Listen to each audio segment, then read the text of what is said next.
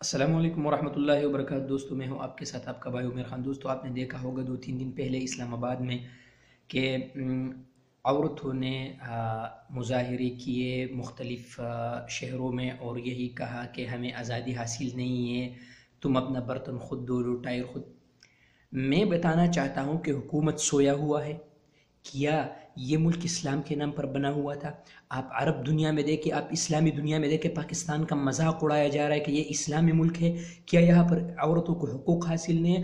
اللہ کے بندو، آپ کو تو اسلام نے حقوق، مکمل حقوق دیا ہوا ہے۔ آپ نے اسلام کا اسٹڈی کیا ہوا ہے کبھی؟ اپنے قرآن کا اسٹڈی کیا؟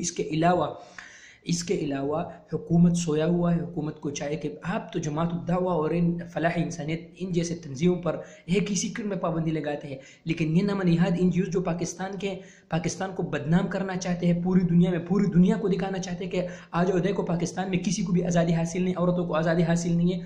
ارے شرم کرو، کچھ شرم ہوتی ہے، کچھ حیا ہوتی ہے۔ یورپ میں مسلمان عورتیں پردے کے لیے لڑ رہے ہیں اور آپ پاکستان میں آپ پردے سے چھٹکارا حاصل کرنے کے لیے لڑ رہے ہو۔ آپ بولتے کہ ہم دوپٹہ نہیں پہنیں گے۔